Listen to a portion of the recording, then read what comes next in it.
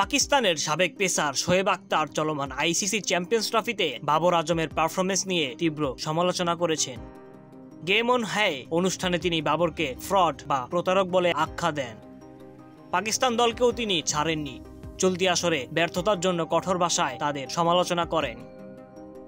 শোয়েব বলেন, আমরা সবসময় বাবর আজমের সঙ্গে বিরাট কোহলির তুলনা করি।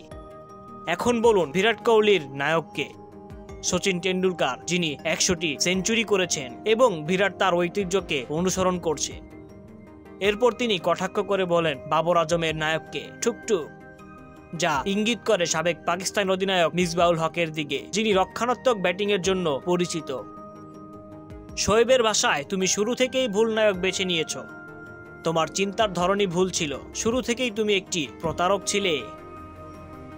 এবারের চ্যাম্পিয়ন্স ট্রফিতে স্বাগতিক পাকিস্তান দল নিজেদের প্রথম 2 ম্যাচে নিউজিল্যান্ড ও ভারতের বিপক্ষে হেরে আগেই সেমিফাইনাল থেকে ছিটকে গেছে। তাদের সামান্য সম্ভাবনা টিকে ছিল বাংলাদেশের বিপক্ষে নিউজিল্যান্ডের ম্যাচের ওপর। তবে বাংলাদেশ 5 উইকেট হেরে যাওয়ার পর নিশ্চিত হয় যে উভয় দলই ছিটকে গিয়েছে চ্যাম্পিয়ন্স ট্রফির বড় আসর থেকে। এ নিয়ে চরম হতাশ শোয়েব বলেন, পাকিস্তান ক্রিকেট দল নিয়ে কথা বলাও সময়ের অপচয়। আমি শুধু এই কারণেই বলছি কারণ আমি টাকা পাচ্ছি। 2001 সাল থেকে এই অবনতি দেখে আসছি। আমি এমন সব অধিনায়কের সঙ্গে কাজ করেছি যাদের ব্যক্তিত্ব দিনে 3 বার বদলাতো। ধন্যবাদ সবাইকে। খেলাধুলার সর্বশেষ আপডেট পেতে সঙ্গে থাকুন এমএসি স্পোর্টসের সঙ্গে।